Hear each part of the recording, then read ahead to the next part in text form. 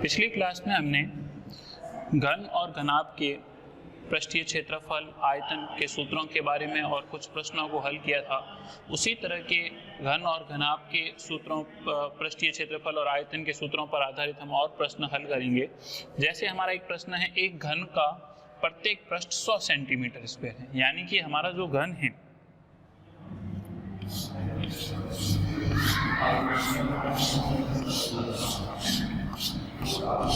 इस घन का प्रत्येक पृष्ठ, यानी घन में 6 पृष्ठ है, प्रत्येक पृष्ठ घन का वर्गाकार होता है और उस वर्गाकार पृष्ठ का क्षेत्रफल हमें दे रखा है कि घन के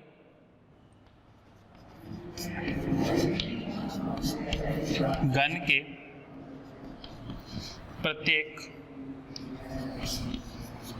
पृष्ठ का क्षेत्रफल बराबर 100 सेंटीमीटर स्क्वायर। घन के प्रत्येक पृष्ठ का क्षेत्रफल 100 सेंटीमीटर स्क्वायर लिखा है और घन का प्रत्येक पृष्ठ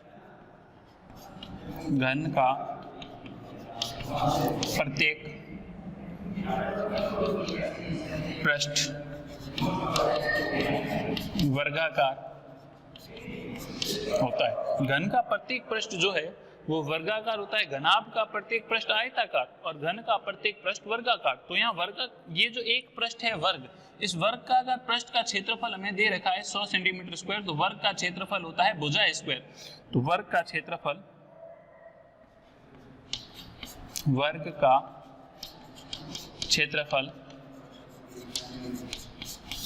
भुजा स्क्वायर। तो भुजा स्क्वायर की वैल्यू हमें वर्ग का क्षेत्रफल दे रखा है 100, तो भुजा हो जाएगी √100 और 100 का वर्गमूल 10 सेंटीमीटर स्क्वायर। यानी कि ये जो घन का एक पृष्ठ है, वर्गाकार पृष्ठ, इसका क्षेत्रफल 100 सेंटीमीटर स्क्वायर था, तो इस वर्गाकार पृष्ठ की जो भुजा है वो हो गई 10। अब वर्गाकार पृष्ठ जो इस प्रत्येक पृष्ठ जो वर्ग है, उस वर्ग की जो भुजा होगी वही घन की भुजा होगी, तो घन की भुजा भी हो गई 10। तो हम लिखेंगे कि घन की भुजा बराबर 10 सेंटीमीटर स्क्वायर। घन की भुजा जो हो गई वो हो गई 10 सेंटीमीटर स्क्वायर। अब वर्ग की भुजा 10 है तो घन की लंबाई भी 10, चौड़ाई भी 10 और ऊंचाई भी 10। फिर इस घन को ये कह रहा है कि यदि आधार के समांतर समतल द्वारा घन को काटकर 2 भागों में बांट दिया जाए, हम लिखेंगे यदि आधार के समांतर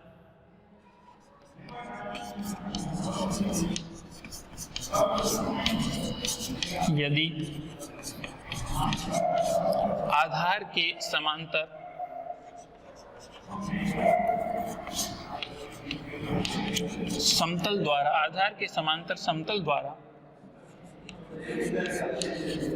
घन को काटकर बराबर भागों में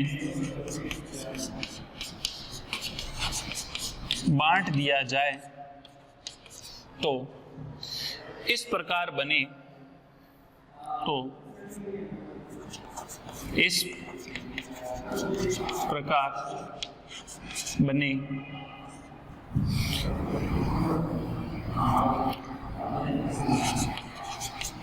घनाभ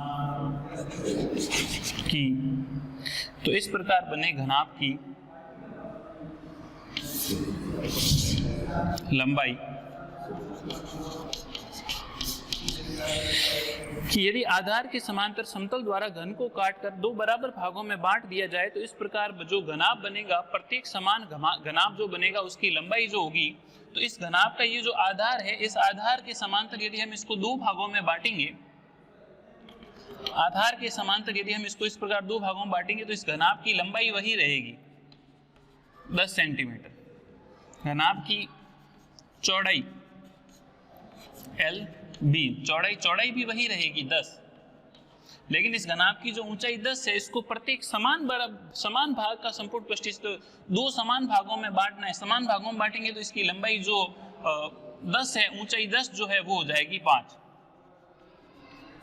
ऊंचाई 10/2 5, यानी कि ये जो घन है जिसकी भुजा 10 थी, इसकी लंबाई 10 है, चौड़ाई 10 है, आधार के समांतर दो भागों में बांटेंगे तो लंबाई वही रहेगी, चौड़ाई वही रहेगी, लेकिन ऊंचाई जो है वो 10 थी, वो बराबर भागों में 5 हो जाएगी, तो दोनों भाग बराबर हो जाएंगे। ऊपर जो बनेगा वो भी घनाप, नीचे बनेगा वो भी घनाप, उसकी लंबाई 10, चौड़ाई 10, ऊंचाई 5, उधर भी लंबाई 10, चौड़ाई 10, ऊंचाई 5। और हम लिखेंगे हमसे पूछा है कि प्रत्येक समान भाग का, तो हम लिखेंगे प्रत्येक समान भाग के, प्रत्येक समान भाग, प्रत्येक समान भाग घनाभ, प्रत्येक समान भाग का संपूर्ण पृष्ठीय क्षेत्रफल का सूत्र होता है 2 गुणा LB plus BH plus HL, 2 गुणा LB plus BH plus HL, तो 2 गुणा LB, L 10, चौड़ाई भी 10, प्लस BH, B 10, ऊंचाई 5, प्लस ऊंचाई 5, ये 10, तो हो जाएगा 2 गुणा 10 का 10 से 100, प्लस 10 का 5 से 50, प्लस 10 का 5 से 50, तो 50 और 50 100, 100 और 2 100, 200, 200 का 2 से 400, और इकाई सेंटीमीटर है तो सेंटीमीटर स्क्वायर, यानी कि इस प्रत्येक समान भाग का संपूर्ण पृष्ठीय क्षेत्रफल आ जाएगा 400 सेंटीमीटर स्क्वायर। यानी कि यहाँ हमें प्रश्न में घन का प्रत्येक पृष्ठ दे रखा था, तो हमें पता होना चाहिए घन का प्रत्येक पृष्ठ वर्गाकार होता है और वृत्ताकार पृष्ठ का क्षेत्रफल दिया हुआ है, तो वर्गाकार का क्षेत्रफल होता है भुजा स्क्वायर, तो भुजा स्क्वायर बराबर 100, तो भुजा बराबर 10 सेंटीमीटर, यानी कि इस वर्गाकार जो एक पृष्ठ है इसकी भुजा 10 है, तो घन की भुजा भी 10, घन की भुजा 10, तो घन की लंबाई, चौड़ाई और ऊंचाई तीनों समान होती है 10। अब इसको आधार के समांतर दो भागों में बांटेंगे तो लंबाई 10, चौड़ाई 10, ऊंचाई 10 है, वो इसको समान भागों में बांटेंगे तो 5 हो जाएगी, तो लंबाई, चौड़ाई और ऊंचाई आ जाएगी, तो दोनों जो समान भाग बनेंगे, जो घनाभ बनेगा, उस घनाभ का संपूर्ण पृष्ठीय क्षेत्रफल ज्ञात करने का सूत्र होता है 2 गुणा LB plus BH plus HL, और सूत्र में मान रख के हल करेंगे तो प्रत्येक समान भाग का क्षेत्रफल आ जाएगा 400 सेंटीमीटर स्क्वायर। इसी प्रकार का हम एक और प्रश्न लें कि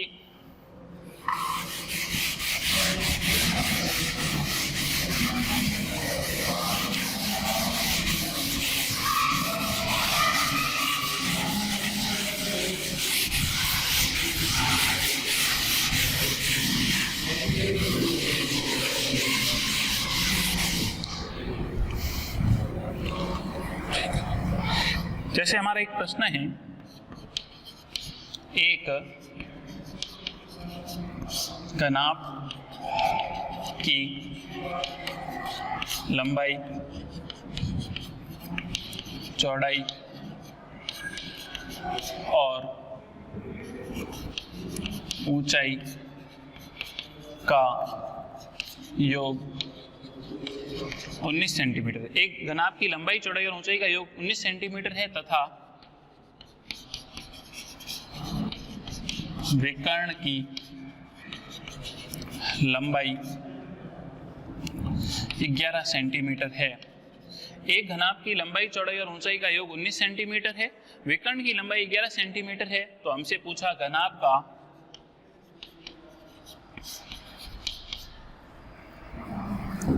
घनाभ का संपूर्ण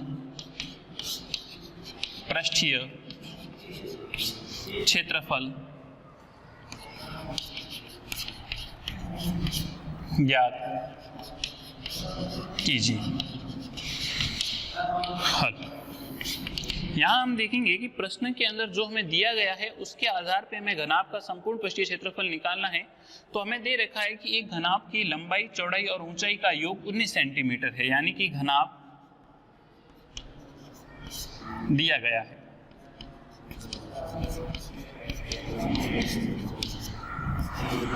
घनाभ की लंबाई L, चौड़ाई B और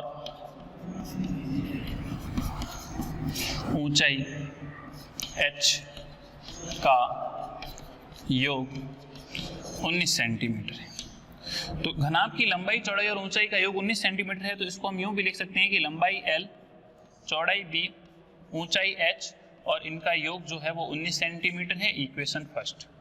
दूसरी शर्त हमें दे रखी है घनाभ के विकर्ण की लंबाई 11 सेंटीमीटर है। घनाभ के विकर्ण की लंबाई ज्ञात करने का सूत्र होता है अंडर रूट लंबाई स्क्वायर प्लस चौड़ाई स्क्वायर प्लस ऊंचाई square under root L square plus B square plus H square. तो इस घनाभ के विकर्ण की जो under root L square plus B square plus H square होता है, जिसकी वैल्यू हमें दे रखी है 11, under root L square B square H square 11 centimetre. यहाँ पर अंडर रूट है, तो इस अंडर रूट को हल करने के लिए हम दोनों पक्षों का वर्ग कर लें। दोनों पक्षों का वर्ग करेंगे तो रूट वाली संख्या का वर्ग करेंगे, रूट हट जाएगा, L square B square H square बराबर 11 का वर्ग 121। इसको दे देते हैं इक्वेशन 2, समीकरण 2। उसके बाद हम देखें कि लंबाई चौड़ाई और ऊंचाई का योग दे रखा था, उससे हमें ये प्राप्त हो गया। घनाभ का विकर्ण दे रखा था, उससे हमें L square B square H square दे रखा था। अब हमें पता है घनाभ का संपूर्ण पृष्ठीय क्षेत्रफल। तो घनाभ का संपूर्ण पृष्ठीय क्षेत्रफल जो हमें ज्ञात करना है, उसका सूत्र होता है घनाभ का संपूर्ण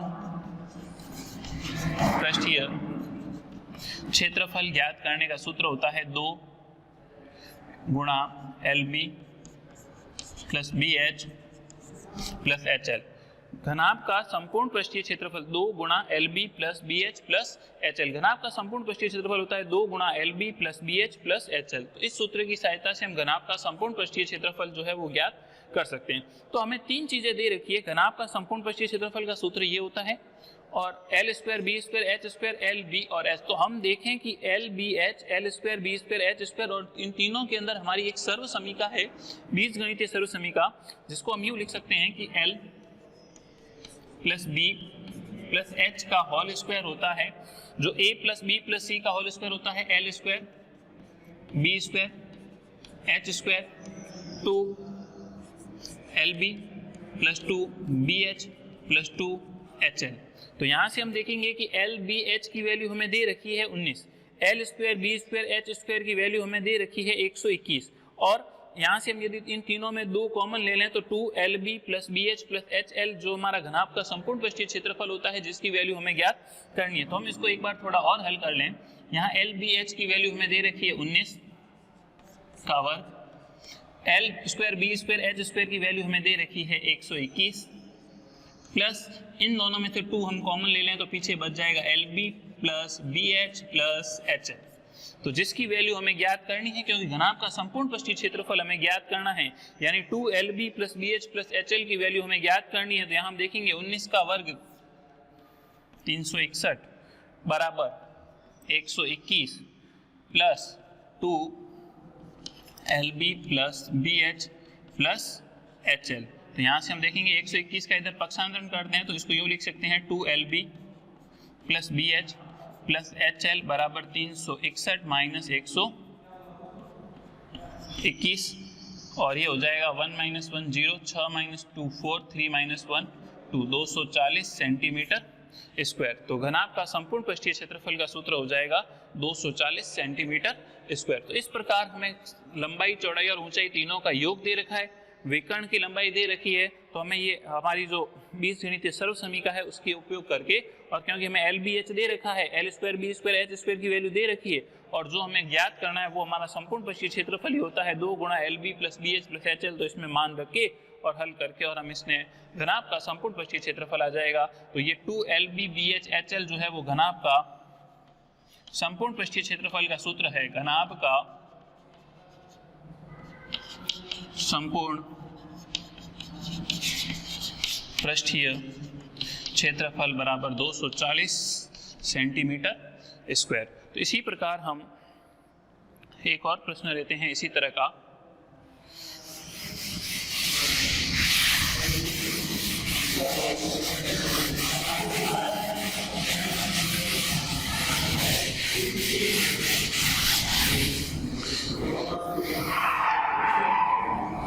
जैसे हमारा एक प्रश्न है कि 10 मीटर लंबे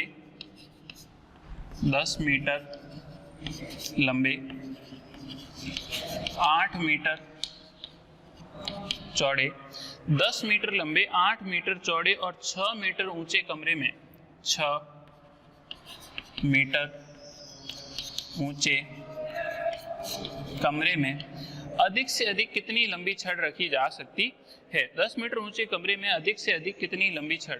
6 मीटर ऊंचे कमरे में अधिक से अधिक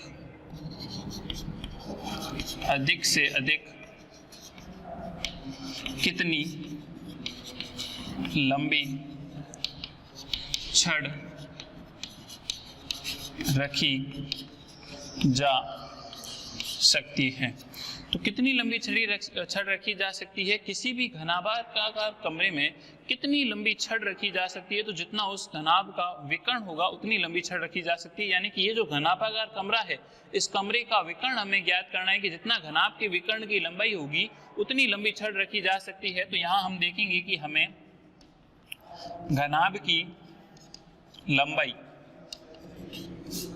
L दे रखा है 10 मीटर, घनाभ की चौड़ाई B का मान हमें दे रखा है 6 मीटर और ऊंचाई H का मान हमें दे रखा है B 8, ये 6 मीटर। तो घनाभ की लंबाई, चौड़ाई और ऊंचाई हमें दे रखी है। हमसे सीधा सवाल पूछा कि कमरे में अधिक से अधिक कितनी लंबी छड़ रखी जा सकती है। तो कितनी लंबी छड़ रखी जा सकती है? जितनी उस कमरे के घनाभागाकार कमरे के विकर्ण की लंबाई होगी। तो हम लिखेंगे घनाभ के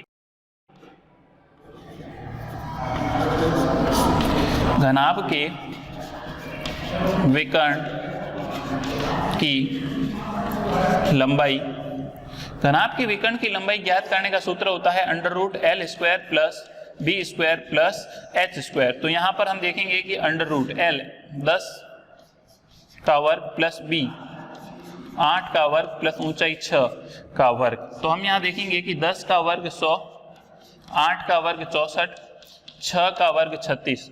तो हम देखेंगे यहाँ की 36 और 64 और 36 100, 100 और 100 200। 200 को हम लिख सकते हैं 100 गुणा 2, तो 100 का वर्गमूल 10 और 2। 200 को लिख सकते हैं 100 गुणा 2, तो 100 का वर्गमूल 10 होता है, 2 का वर्गमूल नहीं निकाल सकते तो 2, तो 10√2 मीटर। अगर इसको हम और भी यदि सरल करें तो √2 की वैल्यू रख लें 10 गुणा 1.414 लिख, तो 10 का इससे गुणा हो जाएगा 14.14 मीटर। यानी कि 14.14 मीटर लंबी जो धातु की छड़ है वो उस कमरे में रखी जा सकती है। तो जब भी हमें लंबाई, चौड़ाई और ऊंचाई दे रखी हो, घनाभ के विकर्ण की लंबाई पूछे या कमरे में अधिक से अधिक कितनी धातु की लंबी छड़ रखी जा सकती है, तो जितना उस घनाभ के विकर्ण की लंबाई होगी, तो घनाभ के विकर्ण की लंबाई ज्ञात करने का सूत्र √L² plus B square plus H square, और इस प्रकार मान रख के और हम आसानी से हल कर सकते हैं। इसी तरह का हम एक और प्रश्न लेते हैं।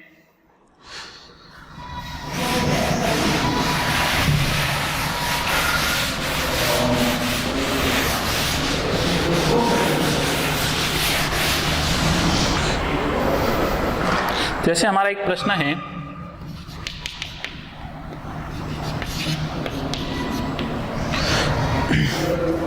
चौवालीस मीटर लंबी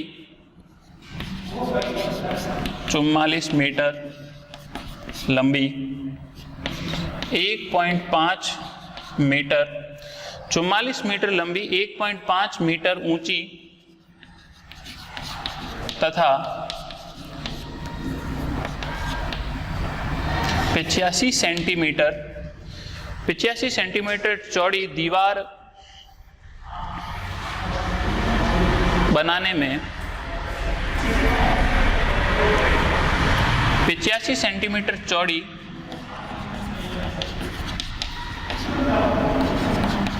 दीवार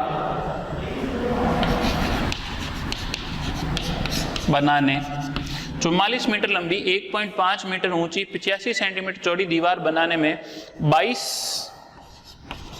सेंटीमीटर लंबी इंटू 10 सेंटीमीटर चौड़ी इंटू 17 सेंटीमीटर ऊंची बनाने में 22 सेंटीमीटर लंबी 10 सेंटीमीटर चौड़ी 17 सेंटीमीटर माप की कितनी ईंटों की आवश्यकता होगी, कितनी ईंटों की आवश्यकता होगी। यानी कि एक दीवार जो है वो ईंटों से बनी हुई है, तो दीवार की भी लंबाई होगी, दीवार की कुछ चौड़ाई होगी और ऊंचाई होगी। यानी कि दीवार घनाभ के आकार की है। वो दीवार घनाभ के आकार की है, तो उस दीवार के अंदर जो ईंटों से बनी हुई है, उस ईंटों की माप भी दे रखी है 22 सेंटीमीटर लंबाई की, 10 सेंटीमीटर चौड़ी और 17 सेंटीमीटर ऊंचाई की। उस दीवार में कितनी ईंटों की आवश्यकता होगी? तो हम क्या करेंगे, दीवार में कितना जो मटेरियल है, कितनी ईंटें हैं, जितना दीवार का आयतन है, और उस आयतन को एक ईंट कितना आयतन है उसका भाग दे देंगे। तो दीवार के आयतन में एक ईंट के आयतन का भाग दे देंगे, तो टोटल कितनी ईंटों की आवश्यकता होगी वो हमें आ जाएगा। तो दीवार की लंबाई चौड़ाई ऊंचाई दे रखी है, ईंट की भी लंबाई चौड़ाई ऊंचाई दे रखी है। तो हम यहां देखेंगे इसका हल कि दीवार की लंबाई, दीवार की लंबाई जिसको हम बड़े एल से निरूपित कर लेते हैं 44 मीटर। क्योंकि अब हमारे को ईंटों की जो माप दे रखी है वो सेंटीमीटर में है, तो दीवार की माप को या तो हम सभी को सेंटीमीटर में बदल दें, या जो ईंटों की माप है उन सभी को हम मीटर में बदल दें। तो सभी माप सेंटीमीटर में है, इधर भी चौड़ाई सेंटीमीटर में है, तो दीवार की सारी माप को हम सेंटीमीटर में बदल दें। तो 1 मीटर में 100 सेंटीमीटर होते हैं, तो 44 गुणा 100, 4400 सेंटीमीटर। दीवार की चौड़ाई बी, इसको बड़े बी से निरूपित कर लेते हैं। इसकी 85 सेंटीमीटर ही है, कोई दिक्कत नहीं। दीवार की ऊंचाई बड़े एस से निरूपित कर लेते हैं 1.5 मीटर। तो इसको सेंटीमीटर में बदलने के लिए 1.5 का 100 से गुणा करेंगे तो हो जाएगा 150 सेंटीमीटर। तो दीवार की लंबाई चौड़ाई और ऊंचाई जो मीटर में थी उन सभी को हमने सेंटीमीटर में बदल दिया।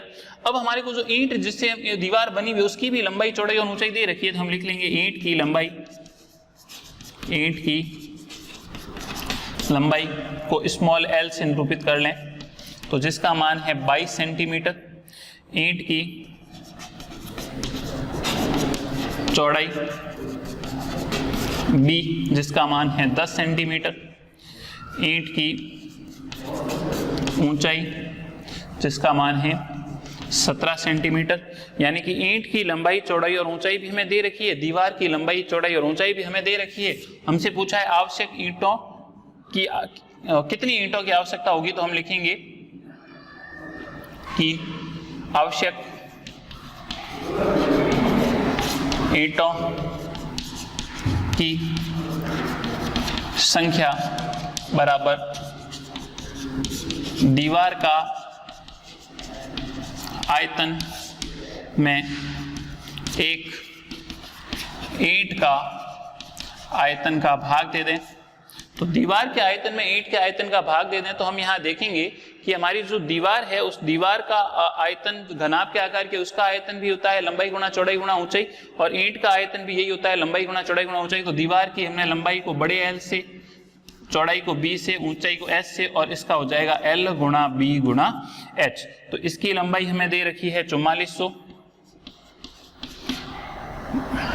चौड़ाई दे रखी है 85, ऊंचाई दे रखी है हमको 150 गुणा ईंट की लंबाई है 22 गुणा 10 गुणा 17। इसको हम हल कर लेंगे तो हम देखेंगे कि 22 से 44 कट जाएगा 200 बार, और 1 0 से 1 0 कट जाएगा, 17 से 17 एक बार, 85 5 बार, तो ऊपर हो जाएगा 200 गुणा 5 गुणा 15। 5 का 200 से गुणा होगा तो 1000 गुणा 15, तो 15,000 ईंटें। यानी कि हमको दीवार बनाने के लिए 15,000 ईंटों की आवश्यकता होगी। तो इस प्रकार हम घन और घनाभ के सूत्रों पर आधारित विभिन्न तरह के प्रश्नों को हल करते हैं।